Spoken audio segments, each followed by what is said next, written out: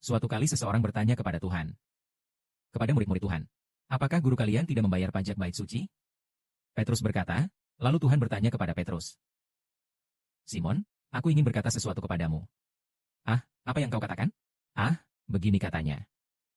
Raja-raja di bumi kepada siapa mereka memungut pajak? Pajak barang atau kepala? Apakah kepada anak atau kepada orang luar?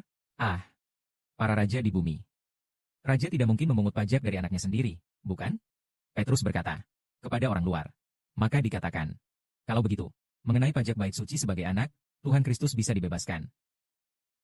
Bait suci adalah bait suci Allah. Apakah mungkin memungut pajak dari anak Allah? Itu tidak mungkin. Namun Tuhan berkata, untuk menghindari melanggar hukum mereka, pergi memancing ke tepi laut. Ikan pertama yang kamu tangkap, ambillah. Buka mulutnya. Kamu akan menemukan sebuah kain perak. Kamu dapat memakai koin ini untuk membayar pajakmu dan pajakku. Uang pajak saya. Lalu Petrus pergi memancing di tepi laut. Ia menangkap banyak ikan. Diperkirakan ikan pertama yang ia ambil, ketika membuka mulutnya ia mendapat sebuah koin perak. Saudara-saudara, lihatlah. Apa yang Tuhan Yesus katakan pasti terjadi. Kamu pergi memancing. Ambil ikan pertama. Buka mulutnya, kamu akan mendapatkan sebuah kain perak. Ini adalah sebuah mukjizat seperti itu. Juga sebuah nubuat seperti itu. Kemudian mukjizat yang terjadi, Petrus mendapatkan sebuah koin perak. Ini juga menjadi kesaksian bagi Tuhan Kristus. Membuktikan dia adalah anak Allah, yaitu Tuhan Yesus. Semua yang dikatakan Tuhan Yesus terpenuhi dan terjadi. Segala yang dia lakukan adalah untuk satu tujuan, menjadi saksi. Yaitu untuk memberikan kesaksian tentang kebenaran. Membuktikan dia adalah Tuhan. Anak Allah. Segala yang dilakukan Tuhan adalah untuk satu tujuan. Seperti yang Pilatus tanyakan. Ah, lalu bagaimana Tuhan menjawab Pilatus? Aku datang ke dunia untuk memberikan kesaksian tentang kebenaran. Semua yang milik kebenaran pasti mendengarkan suaraku. Tuhan datang ke dunia untuk memberikan kesaksian kepada siapa? Untuk kebenaran, yaitu Tuhan Yesus. Dia menyamakan diri dengan kebenaran. Ini membuktikan dia milik kebenaran. Umumnya kita bilang kebenaran hanya ada pada Roh Kudus. Kenapa Tuhan disebut kebenaran? Karena Roh Bapa sudah ada dalam Tuhan. Membuktikan dalam Tuhan. Ada Roh Allah. Jadi membuktikan Roh Allah ada dalam Tuhan. Supaya semua orang yang percaya pada Tuhan menerima Roh Kudus darinya. Maka Tuhan datang ke dunia. Untuk memberikan kesaksian. 4 Injil dibagi menjadi 4 kesaksian. Diberi nama kesaksian Matius. Kesaksian Yohanes. Lukas dan Markus semuanya. Untuk satu tujuan, memberikan kesaksian. Memberikan kesaksian tentang Yesus. Membuktikan Yesus adalah Tuhan, anak Allah.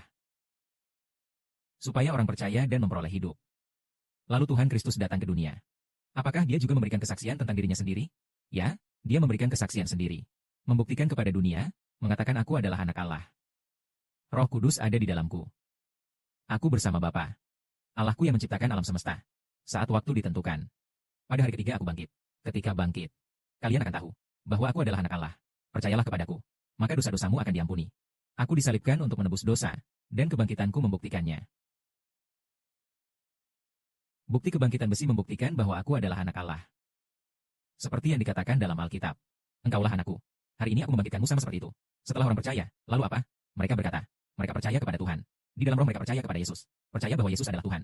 Kemudian menerima Yesus sebagai Tuhan. Tuhan memberikan kehidupan kepada orang yang percaya kepadanya. Datang ke bumi untuk menebus orang yang percaya kepadanya. Dia menebus orang yang percaya kepadanya. Saudara Sibo saat ini di dunia juga untuk satu hal.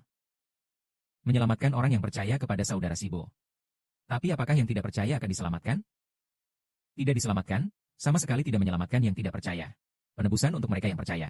Baik orang baik, buruk, yang melakukan kejahatan, atau apapun. Asalkan percaya, semuanya diselamatkan. Asalkan percaya, semuanya diselamatkan. Asalkan percaya. Setelah saudara Sibo bangkit, dia akan memberikan Roh Kudus kepada orang yang percaya. Memberikan Roh Tuhan dan Roh Bapa Surgawi kepada orang yang percaya.